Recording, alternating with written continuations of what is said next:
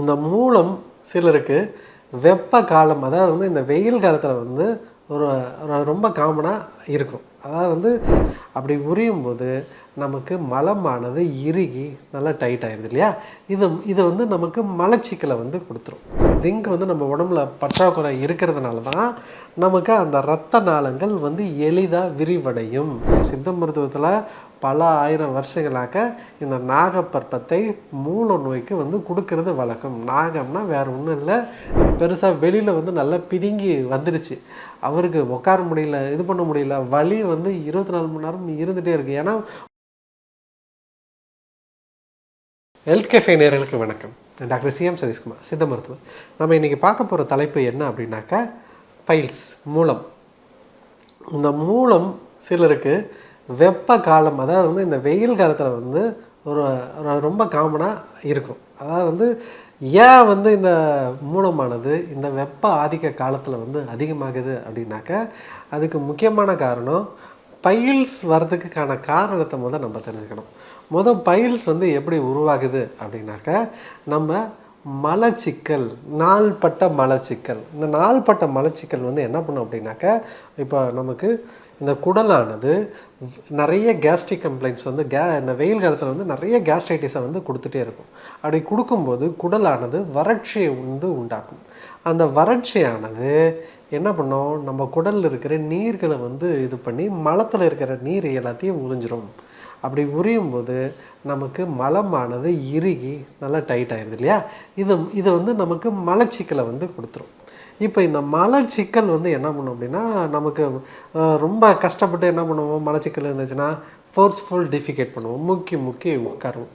அப்படி முக்கி உட்காரும்போது என்னாகும் அப்படின்னா, அங்கே ஆனஸில் இருக்கிற அந்த இரத்த நாளங்கள் வந்து நமக்கு வந்து புடைச்சிக்கும். இது வந்து ஒரு இடத்துல புடைக்கலாம், இல்லை 2 இடத்துல புடைக்கலாம், இல்லை பெருசாக ஒரு இடத்துல வந்து இது பண்ணலாம். இல்லை மலவாயை சுற்றி வந்து நமக்கு அது நிறையா சைஸு, நிறையா அந்த பொசிஷன் எல்லாமே வந்து வேறுபடும். அது எந்த இடத்துல வீக்காக இருக்கோ அந்த இடத்துல வந்து நமக்கு இதை உண்டாக்குது. பொதுவாக வந்து பைல்ஸ் வந்து இதாகுது.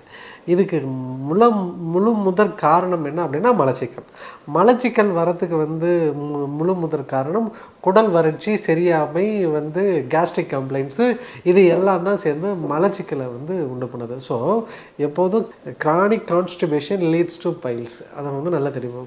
பைல்ஸ், இந்த மலச்சிக்கல் தான் வந்து நமக்கு பைல்ஸ் வரதுக்கு காரணம். ஸோ பைல்ஸ் வரதை வந்து வரக்கூடாது அப்படின்னு நினச்சினா அப்படின்னா நம்ம இந்த கான்ஸ்டிபேஷன், இந்த மலச்சிக்கல் வந்து வராத முக்கியமாக வந்து பார்த்துக்கணும்.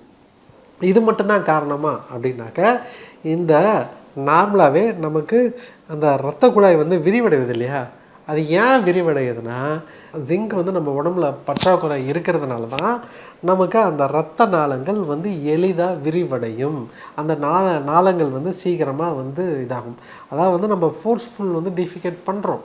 ஆனால் இந்த இரத்த குழாய்களை வந்து சீரமைக்கிறதுக்கும், இரத்த கசிவை வந்து தடுக்கிறதுக்கும், ப்ளஸ் வந்து இன்டர்னல் ப்ளீடிங்ஸ் எல்லாமே அரெஸ்ட் பண்ணுறதுக்கு நார்மலாக இந்த விட்டமின் ஜிங்கை வந்து நம்ம பரிந்துரைக்கிறோம். உள்ளே எங்கே ப்ளீடிங் இருந்தாலும் சரி, இல்லை லங்ஸில் வந்து நமக்கு சிறும்போது சளியில் ப்ளீடிங் இருந்தாலும் சரி, எங்கே இது பண்ணாலும் வந்து ஜிங்கை வந்து பரப்பாங்க. ஏன் அப்படின்னாக்க, ஜிங்கை வந்து அந்த பிளட் வெசல்ஸை வந்து நமக்கு கட்டுப்படுத்தி அந்த ப்ளீடிங்கை அரெஸ்ட் பண்ணுறதுக்கு ரொம்ப வந்து முக்கியமாக வந்து ஹெல்ப் பண்ணுது.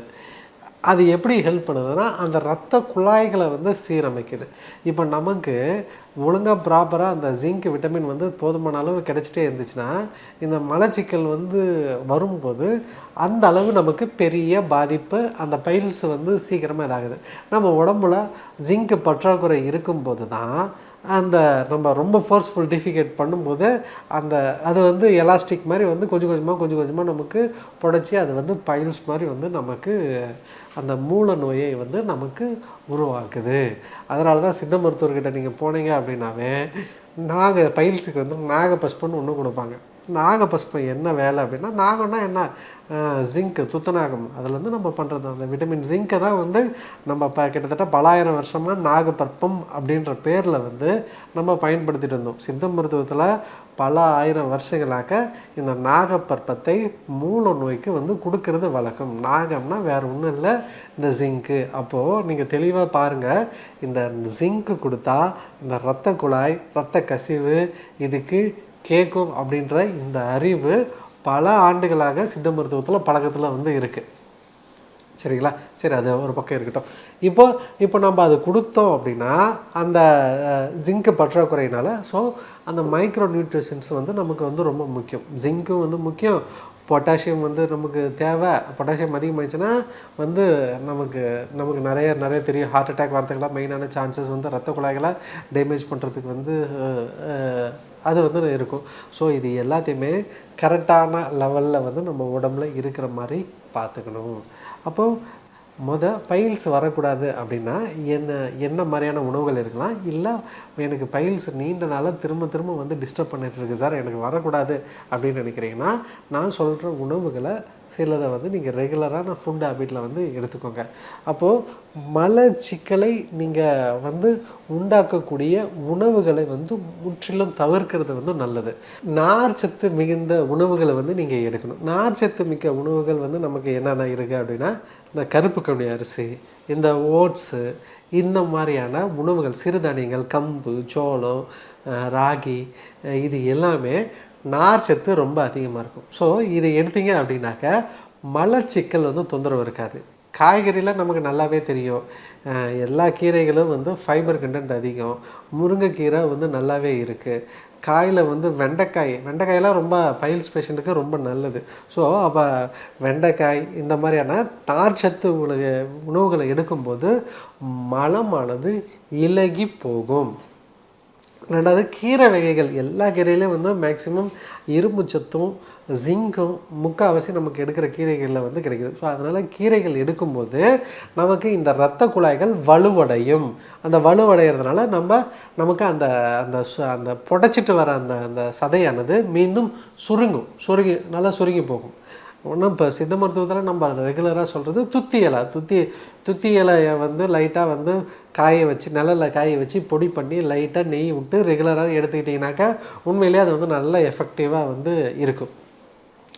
அதுக்கடுத்தது என்ன பண்ணணும், இது உடலை இந்த கேஸ்ட்ரிக் கம்ப்ளைண்ட் வராமல் பார்த்துக்கணும். கேஸ்ட்ரிக் கம்ப்ளைண்ட் வரக்கூடாதுனாக்க எளிதில் ஜீரணமாகக்கூடிய உணவுகளை வந்து எடுக்கணும். ஆவியில் வெந்த பொருளாக இருக்கணும், அதில் மசாலா ஐட்டம் எதுவும் இருக்கக்கூடாது, எண்ணெய் பலகாரம் வந்து எதுவும் இருக்கக்கூடாது, நான் வெஜிடேரியன் அதிகமாக எடுக்கக்கூடாது. அதனால் அந்த மாதிரி கடினமான உணவுகளை வந்து தவிர்த்துட்டு மென்மையான உணவுகள், ஈஸியாக எளிதில் ஜீரணமாகக்கூடிய உணவுகளையும் வயிற்றுக்கு குளிர்ச்சி தரக்கூடிய உணவுகள், அதாவது வந்து பால், தயிர், மோர், வெண்ணெய், நெய், ப்ளஸ் வந்து பூசணிக்காய், இந்த மாதிரியான காய்கறிகளை வந்து நீங்கள் கொஞ்சம் ரெகுலராக வந்து அந்த உணவில் வந்து சேர்த்துக்கணும். அப்படி எடுத்துக்கிட்டிங்க அப்படின்னாக்கா மலச்சிக்கல் தொந்தரவு வராது. நீங்கள் ஜிங்க் இந்த மாதிரியான கீரை வகைகள் எடுக்கிறதுனால உங்களுக்கு தேவையான மைக்ரோ நியூட்ரிஷன்ஸ் வந்து கிடைக்கும். இப்போ இந்த மாதிரியான உணவுகள் எடுத்துகிட்டு வந்தாவே போதும், வந்து சின்ன ஸ்டேஜில் இருக்கிறது நல்லா கண்ட்ரோல்ட் ஆகும், திரும்ப ரெக்கரண்ட்டாக வர்றது வந்து தடுக்கும். சித்த மருத்துவத்தில் நாங்கள் என்ன பண்ணுவோம் அப்படின்னாக்கா, ஒரு நல்ல பெரிய பைல்ஸ், நல்லா முதிர்ச்சி அடைஞ்ச பைல்ஸ்லாம் நம்ம பார்த்துருக்கோம். அது வந்து என்ன ஆயிடுச்சு அப்படின்னாக்கா, ஒருத்தருக்கு வந்து நல்லா இவ்வளோ பெருசு உள்ளேருந்து நல்லா பெருசாக வெளியில் வந்து நல்லா பிதுங்கி வந்துடுச்சு. அவருக்கு உட்கார முடியல, இது பண்ண முடியல, வலி வந்து 24 மணி நேரம் இருந்துகிட்டே இருக்குது. ஏன்னா மொத்தமாக அந்த ஆனஸ் ஃபுல்லாக வீங்கிடுச்சு, அந்த இது ஃபுல்லாக உள்ளே இருந்தது நல்லா பெருசாக வெளியில் வந்துடுச்சு. அப்போ நம்ம என்ன சொன்னோம், அந்த ரத்த குழாய் டைலட்டேஷன் ஆஃப் ரெக்டல் வெயின் தான் வந்து நமக்கு அந்த பைல்ஸ், அந்த ரத்த குழாய் விரிவடைஞ்சு தான் வந்து நமக்கு அந்த பைல்ஸை வந்து உண்டாக்குது. அப்போது அந்த இடத்துல வந்து அது விரிவடையதுனாவே அந்த இடத்துல வீக்கம் தான் வருது. அப்படின்றதுனால நாம் என்ன பண்ணோம் அப்படின்னா, அந்த பைல்ஸ் இருக்குது பார்த்தீங்களா, அந்த இடத்துல இந்த துத்தி இலையை தான் ஆமணக்கு எண்ணெய் விட்டு வதக்கிட்டு கொஞ்சம் இளஞ்சூட்டில் என்ன பண்ணிட்டோம் அப்படின்னா, ஒரு காடா துணி, பால் வடிக்கிற அந்த காடா துணி இருக்கும், அதில் கொஞ்சம் வதக்கி நல்லா கட்டிட்டு அந்த அந்த பகுதியில், அந்த அடிப்பகுதியில் வச்சுட்டு நல்லா கோமணத்தை இறுக்கி நல்லா டைட்டாக கட்டுற மாதிரி கட்டணும். அதை கட்டும்போது அது என்ன ஆயிடுச்சு அப்படின்னா அந்த பைல்ஸ் ஆனது கொஞ்சம் கொஞ்சமாக அந்த வீக்கம் வந்து வத்த ஆரம்பிக்கும் போது அது வந்து உள்ளே வந்து சுருங்கிச்சு. ஒரு 3 இதே மாதிரி ஒரு தொடர்ந்து 3லேருந்து 5 நாள் வந்து அவருக்கு நம்ம கொடுத்துட்டே இருந்தோம்.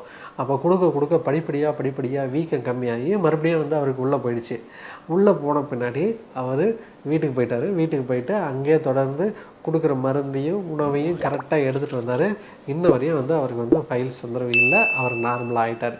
ஸோ தேவைப்பட்ட அதாவது வந்து சைஸு எல்லா பிரச்சனையும் வீட்டிலே தீர்க்க முடியுன்றது கிடையாது. நல்ல மருத்துவரோட ஆலோசனையோட எடுக்கணும் அப்படின்றதுக்கு தான் நம்ம இதை தெளிவாக சொல்கிறோம். நம்ம உணவு நீங்கள் வீட்டில் வச்சு பார்த்துக்கக்கூடியது, ஆனால் மருந்து ஒரு நல்ல மருத்துவரோட அறிகுறியோடு எடுக்கிறது தான் ரொம்ப நல்லது.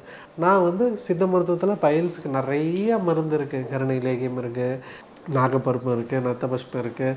இந்த மாதிரி ஏகப்பட்ட மருந்துகள் வந்து சித்த மருத்துவத்தில் வந்து கொடுப்போம். அப்படி கொடுக்கும்போது எவ்வளோ பெரிய பைல்ஸாக இருந்தாலும் வந்து நமக்கு சுருக்கி நம்ம கொண்டு வந்துடுறோம். அதை நம்ம நிறைய பேஷண்ட்ஸுக்கு கொடுத்து எக்ஸ்பீரியன்ஸ் ஆனது தான் இப்போ நம்ம உங்கள்கிட்ட சொல்கிறோம். இந்த மாதிரியான உணவு பழக்கமும் லைஃப் ஸ்டைலும் நம்ம சேஞ்ச் பண்ணும்போது இந்த மாதிரி ரெக்கரண்ட்டாக திரும்ப வருது பார்த்திங்களா. லைஃப் ஸ்டைல் மேனேஜ்மெண்ட்டில் அந்த வர பிரச்சனையை வராமல் நம்மளால் தடுக்க முடியும். தடுத்துட்டு ஒரு நிரந்தர தீர்வை வந்து நமக்கு கொடுக்க முடியும். இந்த வெயில் காலத்தில் இந்த பைல்ஸும் ரொம்ப காமனாக வரும். இந்த பேஷண்ட்ஸ் வந்து நாங்கள் நிறைய பார்ப்போம். ஏன்னா நிறைய கேஸ்ட்ரிக் கம்ப்ளைண்ட்ஸ் வரதுனால, மலச்சிக்கல் தொந்தரவு வரதுனால இந்த பிரச்சனை வந்து சம்மர் டைமில் ரொம்ப அதிகமாகும். அதனால தான் நாம் இதுக்கான ஒரு உணவையும் ஒரு சின்ன லைஃப் ஸ்டைலையும் நமக்கு தெரிஞ்சதை நம்ம ஷேர் பண்ணியிருக்கோம். இதே மாதிரி நிறைய சித்த மருத்துவ குறிப்புகளோட உங்களை தொடர்ந்து சந்திக்கிறேன்.